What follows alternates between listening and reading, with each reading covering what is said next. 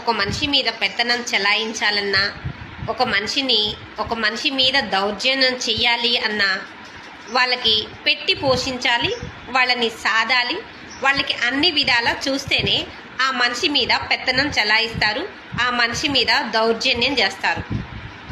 ఎవరి కష్టం వాళ్ళు తినేటప్పుడు, ఎవరి పని వాళ్ళు చేసుకునేటప్పుడు, ₹1 ఎవరు ఇచ్చి వదిలిపెట్టనప్పుడు దౌర్జన్యం ఎలా చేస్తారు?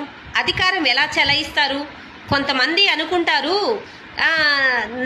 నా వల్లనే వాళ్ళు బ్రతుకుతున్నారు, నేను లేకపోతే వాళ్ళకి దిక్కు లేదు అనే భ్రమలో వాళ్ళ మీద అధికారం చెలాయిస్తారు, పెత్తనం చెలాయిస్తారు. ఈ అధికారం పెత్తనం ఎలా చెలాయిస్తారంటే, వాళ్ళకి ఏదన్నా పెట్టి ఆశించినప్పుడు, వాళ్ళకి పెట్టి పోషించేటప్పుడు, వాళ్ళకి పూర్తిగా వాళ్ళే ఇక దిక్కు అన్నప్పుడు పెత్తనం చెలాయిస్తారు. వాళ్ళకి ఇచ్చి మళ్ళీ ఆశించినప్పుడు పెత్తనం ఎలా చెలాయిస్తారు?